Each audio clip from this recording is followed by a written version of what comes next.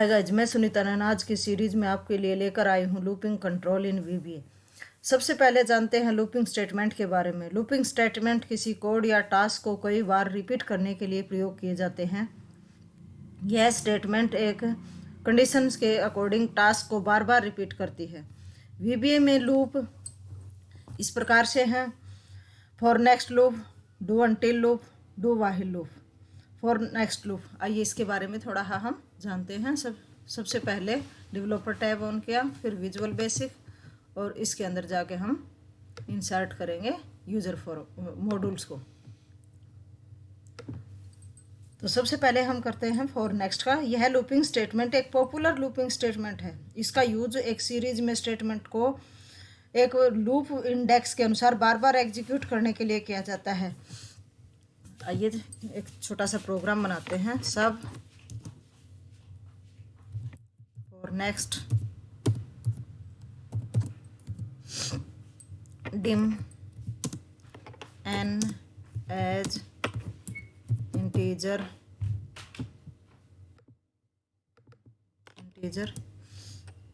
और हम इसके अंदर फिर ले लेते हैं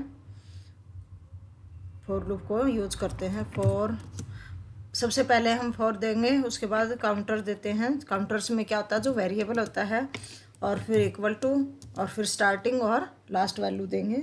स्टार्टिंग कहाँ से करना है, जैसे हमने करना है 1 2 10। उसके बाद यहाँ पर स्टेप वैल्यू तब देते हैं जब हमें ज़रूरत हो। STEP स्टेप, जैसे मैंने एक एक का देना है, या जिस तरह कई बार ये होता है कि रेगुलर्स की बजाय हमने उसमें डिफरेंस देना हो तो तब हम स्टेप वैल्यू देते हैं, अदरवाइज इसकी कोई ज़रूरत नहीं होती। और प्रिंट करते हैं DEBUG debug dot print. Debug dot print में हमने n की वैल्यू को प्रिंट किया। यहाँ पर हम नेक्स्ट के बाद कई बार क्या होता है, आप देना चाहो तो दे सकते हैं, अदरवाइज नहीं भी देंगे तब भी कोई प्रॉब्लम नहीं है। अभी जैसे हम देते हैं वेरिएबल के नेक्स्ट एन, आमतौर पे इसको देना ही अच्छा होता है। इसके अंदर क्या होता है कि सबसे पहले हमने वेरिएबल को डिक्लेयर करके, जैसे फॉर लूप में एन, इसका क्या ये एक सिंटैक्स होता है, पहले फॉर यूज किया, फिर उसका काउंटर, फिर इक्वल टू देकर स्टार्टिंग और लास्ट की वैल्यू देंगे। और फिर हमने नेक्स्ट स्टेप में हम इंक्रीमेंट वैल्यू, जो हमने इंक्रीमेंट या डिक्रीमेंट करनी है, वो वैल्यू देते हैं। और नेक्स्ट से हमारा वो हर बार उसके नेक्स्ट स्टेप पे जाता रहेगा। अब आप ध्यान से देखिए, लोकल विंडो और इमीडिएट विंडो पर ध्यान रखिए। डिबग हमने किया, स्टेप इन्फॉर्मेशन,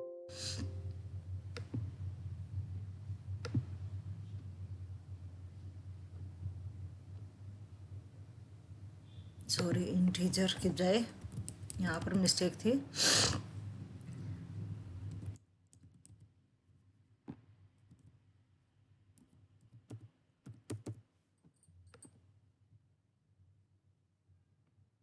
F8 दबाती हूँ। एन की वैल्यू क्या है, यहाँ पर आप देखिए, एन की वैल्यू 1, नेक्स्ट जाएगा, फिर एन की वैल्यू 2 3 4 5 6 7 8 9 10। ये था। यहाँ पर लोकल विंडो पे आप नज़र रखिए, इसमें आपने देखा होगा कि 1 to 10 तक ऐसे चेंज होती है, और यहाँ पर ये इमीडिएट विंडो पर इसने प्रिंट किया है। अगर आप इसकी बजाय यहाँ पर मैसेज बॉक्स करके देखेंगे, उसके अंदर भी आप एक एक बार फिर हर बार स्टेप पे ओके करके ही नेक्स्ट पे दिखाता है, तो वहाँ भी आप इसको चेक कर सकते हैं। ये तो था हमारा फॉर लूप का। अगर फॉर लूप में एक और होता है कि जब हम कहीं, हमारी जो कंडीशन होती है, उस कंडीशन पर जाने के बाद हम कहीं बीच में से कहीं बाहर निकलना चाहते हैं, तो उसके लिए इसके अंदर यूज किया जाता है एग्जिट फॉर। जैसे मैं सोचती हूँ कि मैंने 10 तक के स्टेप दिए हुए हैं, लेकिन इसको बीच में से कहीं पर भी मैं इससे बाहर जाना चाहती हूँ, तो तब मैं क्या करूँगी कि मैं इसके अंदर ये कंडीशन दे देती हूँ। सपोज करो कोई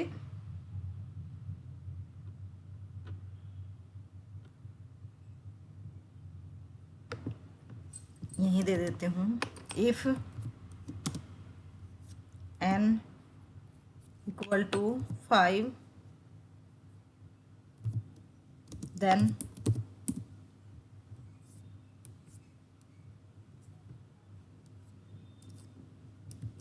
अगर आप लिखना चाहे तो लिख सकते हैं स्टॉप एट, मैसेज में अगर प्रिंट करना चाहे तो, अदरवाइज कोई ज़रूरत नहीं है। डिबग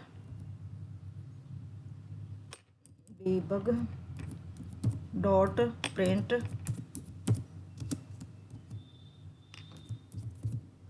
स्टॉप वैल्यू एट 5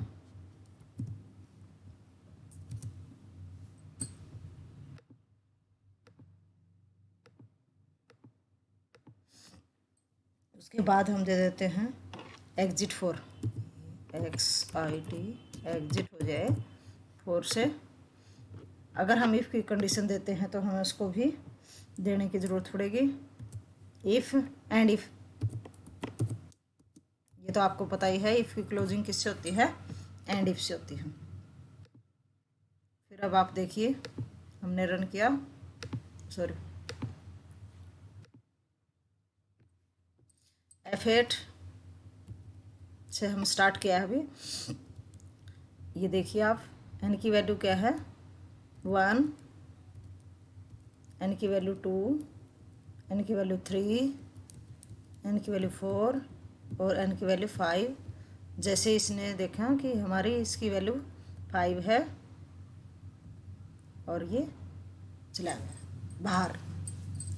तो ये तो था हमारा। अब जब डिबग में जाके आप अगर स्टेप वैल्यू से उसको स्टेप बाय स्टेप चेक कर रहे हैं तो इस बात का ध्यान रखिएगा कि अब जब यहाँ से स्टार्ट हो गया हमारा, जब ये येलो सा जो आपको निशान दिखाई दे रहा है जब चलता है, ऐसा नहीं कि आप उस पर दबाते रहो तो हर बार स्टार्टिंग से भी तो रन होता रहेगा।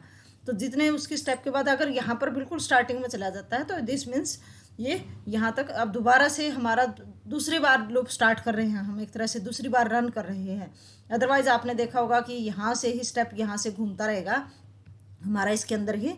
तो ये तो था हमारा स्टेप बाय स्टेप, इसको रन करके देखना। अब हमारा आता है सेकंड जो हमारा VBA के अंदर हम यूज़ करते हैं, डू अनटिल लूप। इसी पे ही मैं इस आपको दूसरा बना के दिखा देती हूँ, या हम इसमें नीचे बना लेते हैं। इसके अंदर हमारा क्या है कि सब डू अनटिल इकट्ठा करके हम इसको लिख देते हैं ताकि हमें पता चले रहे।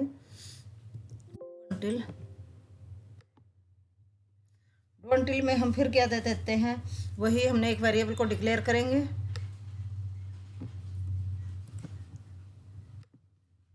वेरिएबल को डिक्लेयर करने के बाद हम इसके अंदर से जो भी अपनी जो वैल्यू है, जो कंडीशन है वो देंगे। जैसे फॉर लूप में दिया था do until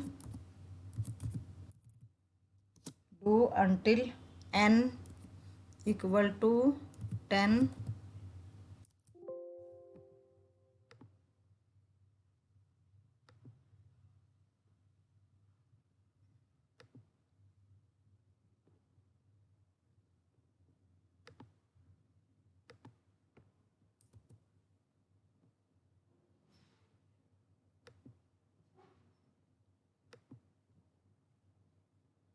debug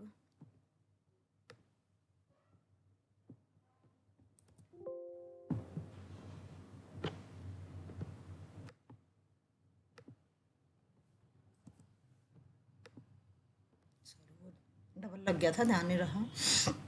until debug DEBUG debug dot print,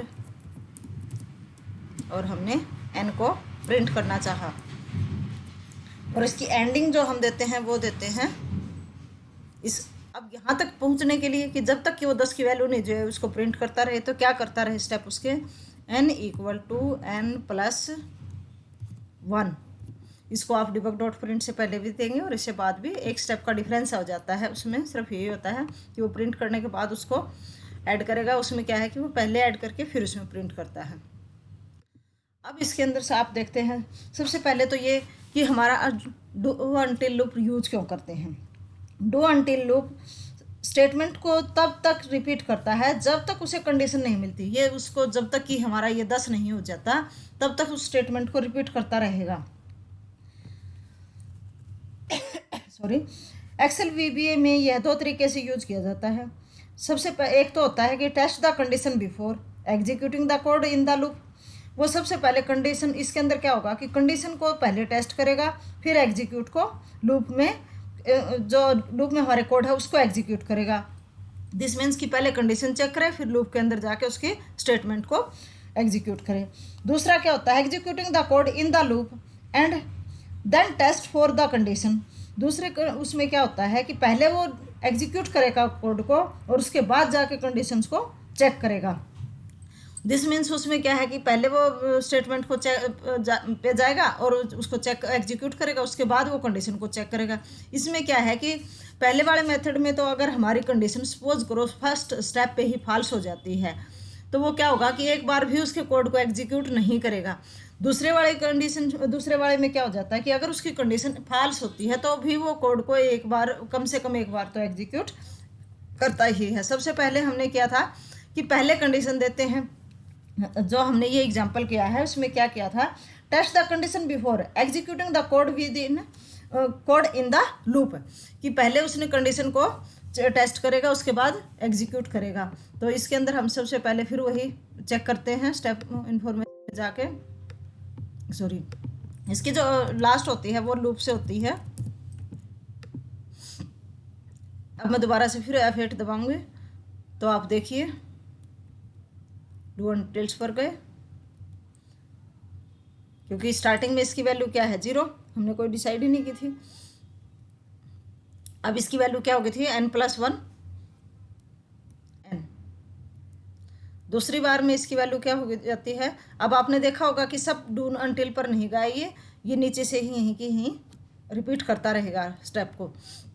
दूसरी बार में इसकी वैल्यू 2 3 4 5 6 7 8 9 और ये थी 10।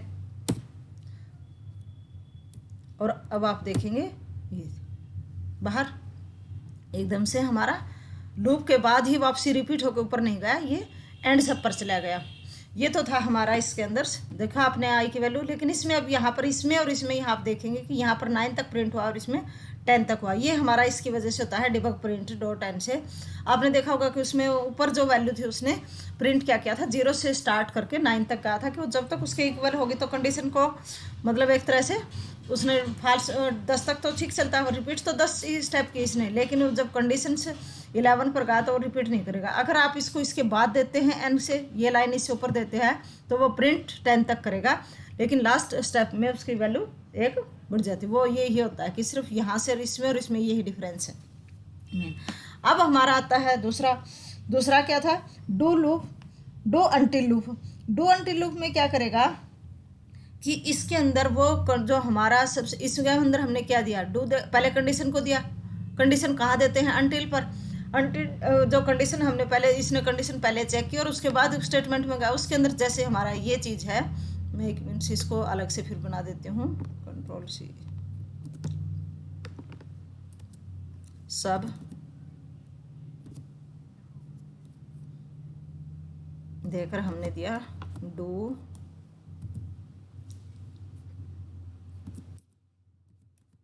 अनटिल, दूसरा देते हैं, ये वो पहले वाला था तो हम इसमें ये देते हैं। अब जैसे जो हमारी ये कंडीशन आप देख रहे हैं, ये इसको Ctrl+X से सिर्फ हम इसको लूप के साथ ले आएंगे, ये डिफरेंस होता है। उसके अंदर जो कंडीशन होती है वो पहले होती है डू, मतलब ये करो, और पहले कंडीशन चेक करेगा और उसके बाद उसके अंदर हो जाएगा, लूप के अंदर जाके उसको एग्जीक्यूट करेगा।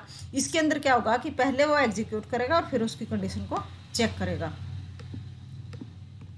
अब हम फिर वही पहले की तरह से एग्जीक्यूट करेंगे, 1 2 3 4 5 6 7 8 9 और 10।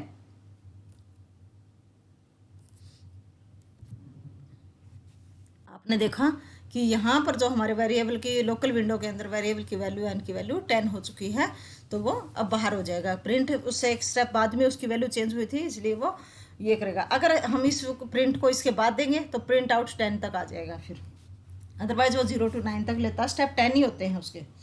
अब हमारा थर्ड आता है do while loop. Do while loop में क्या होता है, यह लूप कंडीशन के अनुसार लूप को चलाने के लिए यूज की जाती है। इस लूप में केवल कंडीशन की ट्रू होने पर ही लूपिंग स्टेटमेंट को एग्जीक्यूट करता है। इसमें भी डू अनटिल लूप की तरह ही डू वाइल को भी दो तरीके से यूज कर सकते हैं हम। Test the condition before executing the code in loop.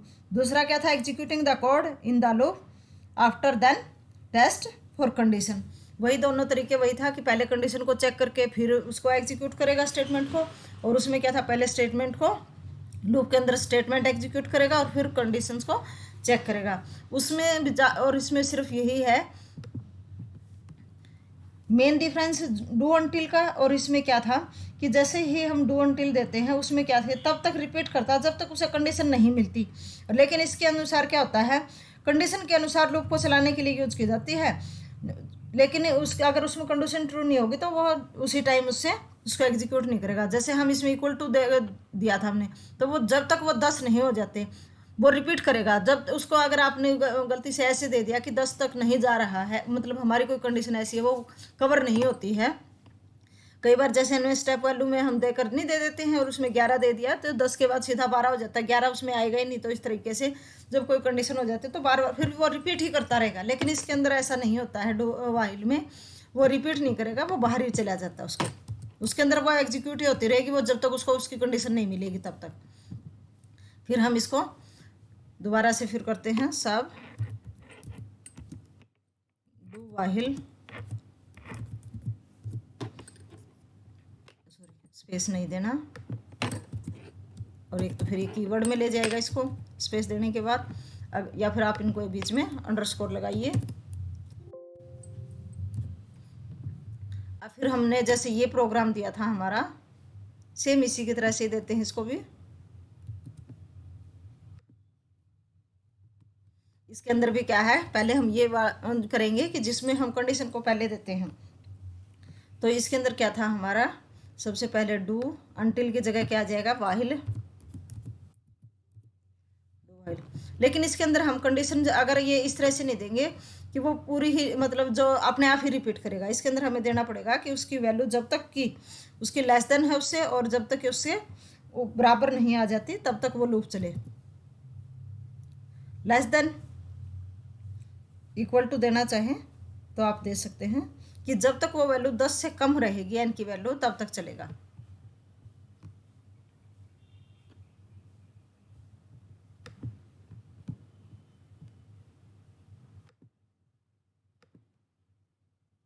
हमने फिर दोबारा से स्टेप इन्फॉर्मेशन पे जाके इसको रन किया।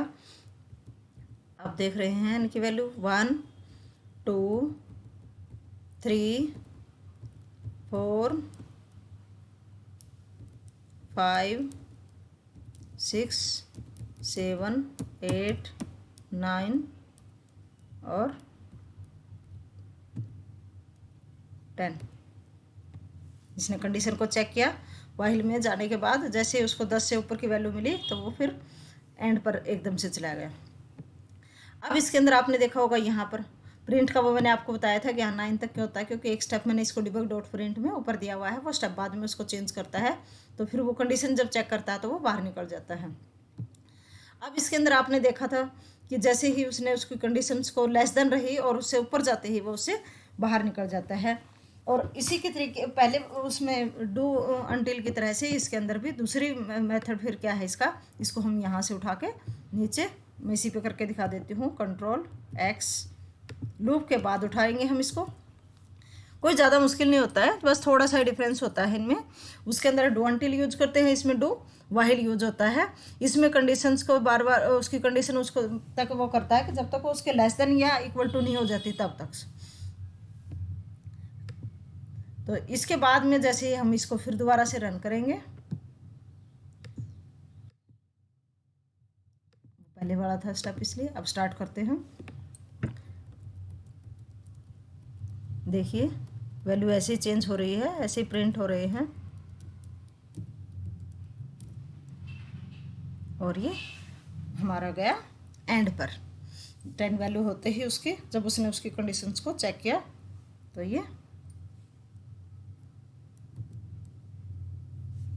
ये तो थे हमारे लूप। अब हमारा आता है, इनके अलावा एक और भी लूप होता है while while. While while loop भी डू लूप के समान ही होता है। इसके अंदर क्या होता है, इसमें जब तक कंडीशन पूरी नहीं होगी लूप चालू रहे, चलता रहेगा। कंडीशन पूरी होते ही लूप समाप्त हो जाएगा। इसके ऊपर यहाँ पर करके दिखा देती हूँ मैं। व्हाइल, या नीचे ही कर लेते हैं हम एक और दूसरा।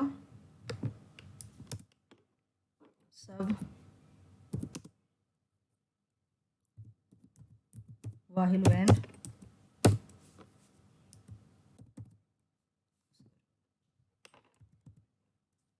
उसके बाद हमने किया dim N as integer,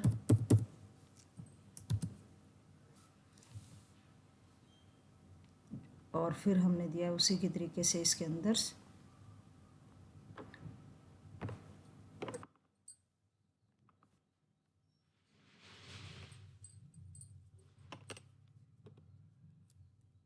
n equal to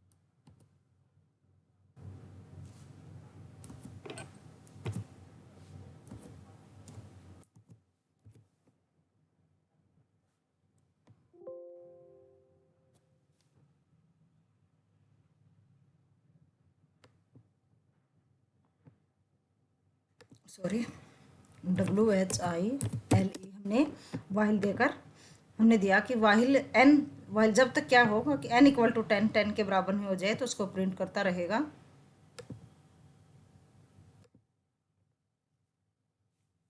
आपने देखेंगे एक,